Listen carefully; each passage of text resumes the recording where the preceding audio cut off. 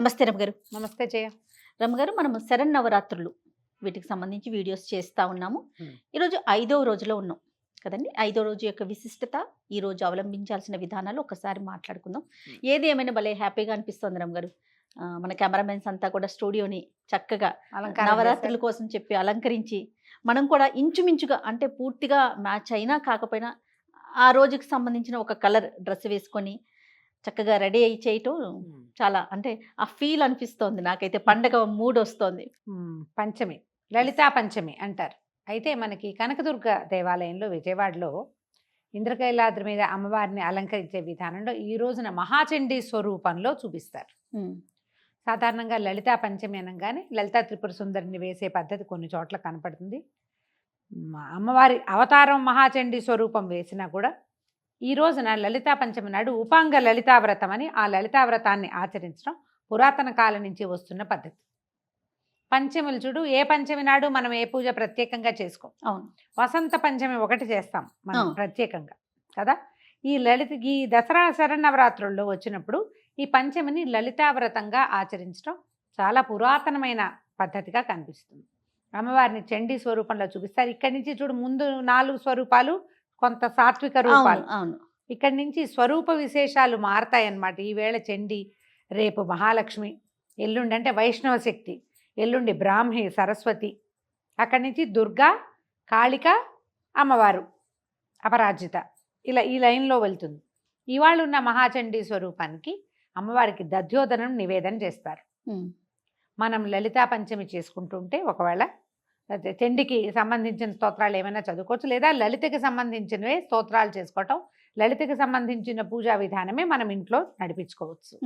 అమ్మవారికి మనం కట్టుకున్న ఆరెంజ్ కలర్ కానీ లేకపోతే బంగారపు రంగు వస్త్రాన్ని కానీ సమర్పించవచ్చు. ఆరెంజ్ కలర్ గాజులు, కొంచెం గోల్డ్ కలర్ గాజులు అలాంటివి సమర్పించవచ్చు.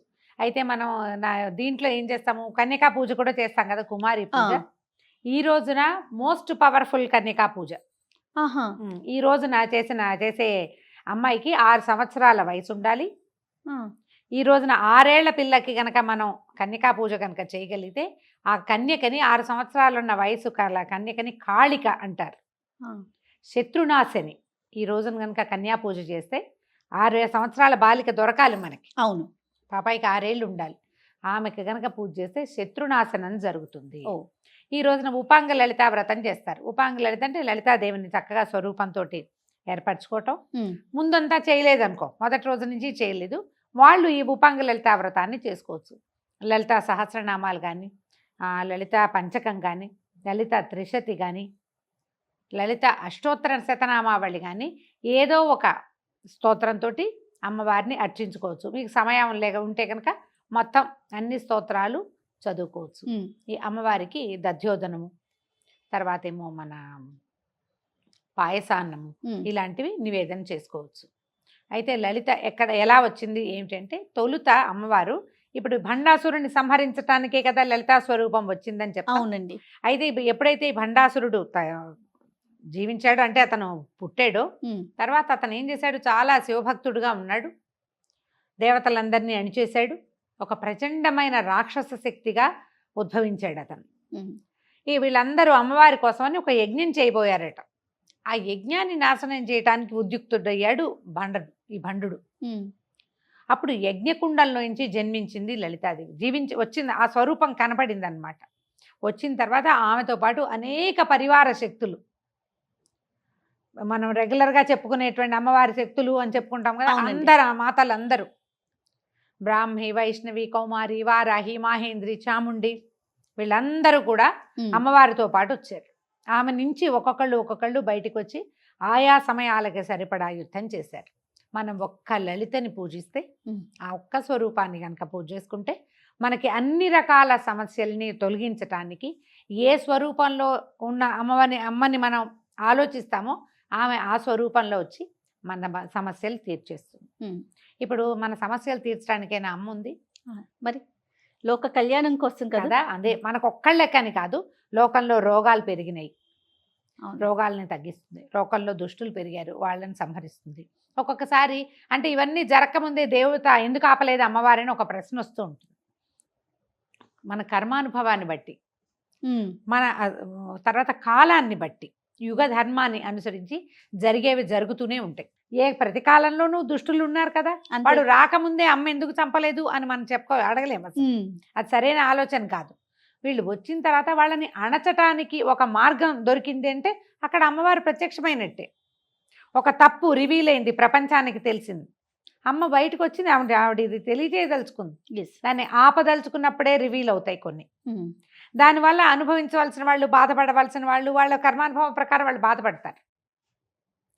కొంతమంది దానివల్ల పాపం చాలా కష్టసాధ్యమైన వ్యవహారాల్లో కూడా వెళ్ళిపోతారు, ఏ తప్పు వల్ల అయినా కానీ. ఒక్కసారి అది ప్రపంచానికి ఇది తప్పు, ఇది జరిగింది, ఇది జరుగుతోంది, వీడెవడో ఇలా ప్రవర్తిస్తున్నాడు, లేదా వీళ్ళెవరో ఒక సమాజం ఇలా ప్రవర్తిస్తోంది, ఇక్కడ ఒక అన్యాయం జరుగుతోంది, ఇక్కడ ఒక తప్పు జరుగుతోంది అని రివీల్ అయ్యింది అంటే అమ్మ అక్కడ దాన్ని సరిచేయటానికి పూనుకుంది అని అర్థం. మనకి శరీరంలో రోగాలు లోపల లోపల లోపల లోపల లోపల ఉంటాయి. చాలా రోజులు ఉండి సడన్గా ఒక పొక్కు, ఒక కాయం రూపంలోనో, ఒక పొక్కు రూపంలో, జ్వరం రూపంలోనో బయటపడతాయి. బయటికి రావటం ఎప్పుడు మంచిది. జ్వరం వస్తుంది మనకి, అవునండి, జ్వరం కూడా దేవతా స్వరూపం. మనం ఏమనుకుంటాం, జ్వరం తగ్గించేసేయాలి, జ్వరాన్ని మూసేయాలనుకుంటాం. వెంటనే ఏదో ఒకటి వేసేసుకుని 2-3 గంటల పాటు జ్వరాన్ని ఆపేస్తాం. కానీ జ్వరం ఆపేయాల్సిన విషయం కాదది. బయటకు వస్తే లోపల రిపేర్ అవుతోందని అర్థం. నీకు రిపేర్ అవ్వడానికే రివీల్ అవుతుంది ఎప్పుడు కూడా. సమాజంలో జరిగేటువంటి ఏ తప్పునైనా సరిచేయగల శక్తి ఆద్యశక్తి అయినటువంటి లలితా పరమేశ్వరికే ఉంది.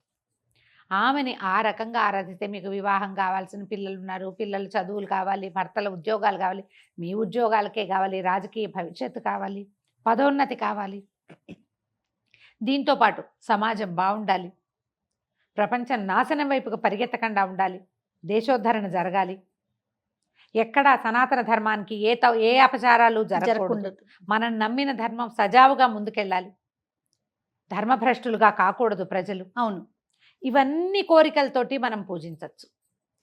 కామ్యంగా పూజిస్తే లలిత ఎంత ప్రసన్నురాలుగా మన కోరిక తీరుస్తుందో, సమాజహితం కోసం ఆమెను ఉన్నదని భావించి పూజ చేసుకుంటే ఆ మొత్తం అన్నీ కూడా అన్ని పక్కల నుంచి సరయ్యే మార్గాలే బయటకు వస్తాయి. ఏదో ఒక తప్పు రివీల్ అయింది, వెంటనే దాని మీద ఏదో ఒక జరుగుతుంది, ప్రక్షాళన జరగడానికి మొదలవుతుంది కదా. అవునండి, ప్రభుత్వమో అధికారులు ఎవరో ఒకళ్ళు దాని మీద పనిచేస్తారు అంటే రిపేర్ అవుతున్నట్టేగా. అవును, ఆ అవకాశాన్ని అమ్మవారు మనకిస్తుంది.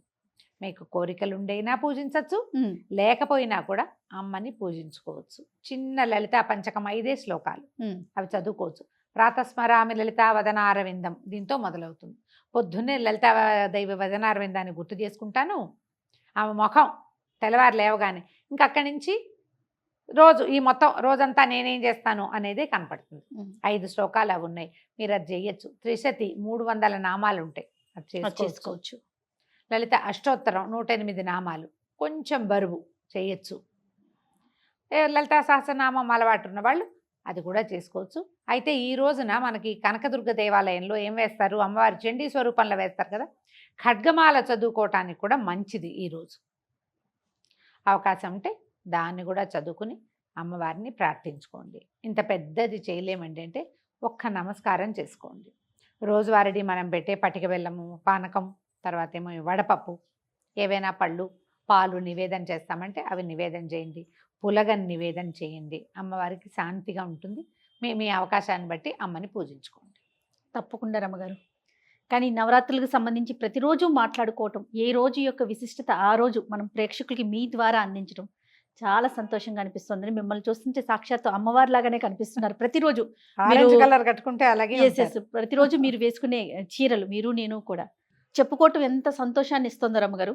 మిమ్మల్ని చూస్తుంటే కూడా నాకు భలే ఆనందంగా అనిపిస్తోందండి. కొత్త పట్ట వేసుకున్నప్పుడు ఆ అందమే వేరుగా అనిపిస్తుంది కదా. ఎప్పుడు పట్టు చీరలు బాగున్నాయంటే ఇది సఖీ వారి సారీస్ ఇవి.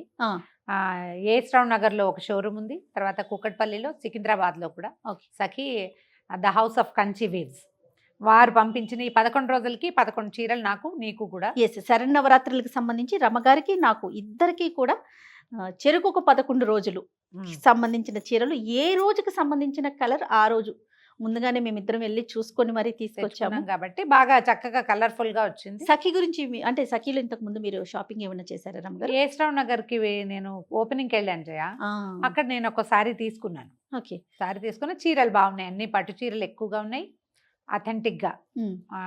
మళ్ళీ వాళ్ళు ఇది పవర్లూము, ఇది హ్యాండ్లూమ్ అమ్మ అని క్లియర్ గా కూడా చెప్పేస్తారు. బాగున్నాయి, చాలా మంచి రేంజ్ ఉంది, రీజనబుల్ గా కూడా ఉన్నాయి. Okay okay. బాగున్నాయి కదా మనం కట్టుకుని. చాలా చాలా అద్భుతంగా ఉంది. జ్యువెలరీ చాలా బాగున్నాయి జయ. అవును అంటే పట్టు చీరలకి మ్యాచింగ్ జ్యువెలరీ చాలా పర్ఫెక్ట్ గా కూర్చున్నాయి. కనపడేంత బరువు వేసుకున్నప్పుడు అనిపించట్లేదు. చాలా బాగుంది, పర్ఫెక్ట్ గా. దీని వెనకాల సీక్రెట్ చెప్తాను. మనకి ముకుంద జ్యువెలర్స్ వాళ్ళు మనకి శరన్నవరాత్రులకు సంబంధించి ప్రతిరోజు వేసుకోవటానికి మీకు నాకు కూడా జ్యువెలరీని స్పాన్సర్ చేశారండి. ఎక్కడుంది? ఇది కేపీహెచ్బిలో ఉంది రమ్మగారు. తర్వాత కొత్తపేట్, సోమాజీ కూడా, అంటే ఖమ్మంలో కూడా స్టోర్స్ ఉన్నాయి. చాలా బాగుంటాయండి. వీళ్ళు ఫ్యాక్టరీ అవుట్లెట్ అనే ట్యాగ్ లైన్ తో మన ప్రజల ముందుకు వచ్చారండి. అంటే మేకింగ్ చార్జెస్ తక్కువ, చాలా తక్కువ, ప్లస్ లైట్ వెయిట్ జ్యువెలరీ అనేది వీళ్ళ ప్రత్యేకత అండి. అయితే షార్ట్ పీరియడ్ లో 4 బ్రాంచెస్ ని ఓపెన్ చేసుకున్నారు. చాలా చాలా బాగుంటాయండి. కలెక్షన్ అయితే అసలు ఎంత అద్భుతంగా తక్కువగానే అనిపిస్తుంది జయ. ఇప్పుడు ఇంత పెద్దదిగా కనపడుతుందా? అంత బరువు లేదు. ఇయర్ రింగ్స్ కూడా మామూలుగా నేను ఇంత పెద్దవి పెట్టుకోలేను. అవునండి, కానీ బాగుంది. దీన్ని చక్కగా ప్యాకింగ్ కూడా బాగా చేశారు. అంటే బరువు జారిపోకుండా ఉండడానికి ఒక చిన్న ఫ్రెంచ్ పిన్ లాంటిది ఏదో ఒకటి అరేంజ్ చేశారు. చాలా బాగుంది. పండుగ వాతావరణం ఎలా కనిపిస్తుంది రమ్మగారు? మంచి చీరలు, దానికి తగినటువంటి నగలు వేసుకుంటే ఆటోమేటిక్ గా పండుగ వాతావరణం వచ్చేస్తుంది. ఈసారి మన పండుగ ఇంకా కొంచెం వైభవోపేతంగా తయారైంది, పట్టు చీరలు నగలతోటి. మన కెమెరామెన్స్ డెకరేట్ చేసిన స్టూడియోతో పాటు సఖీ అండ్ ముకుందాకి మనం స్పెషల్ థ్యాంక్స్ చెప్పాలి. రైట్ రమ్మగారు, నమస్తే. నమస్తే జయ.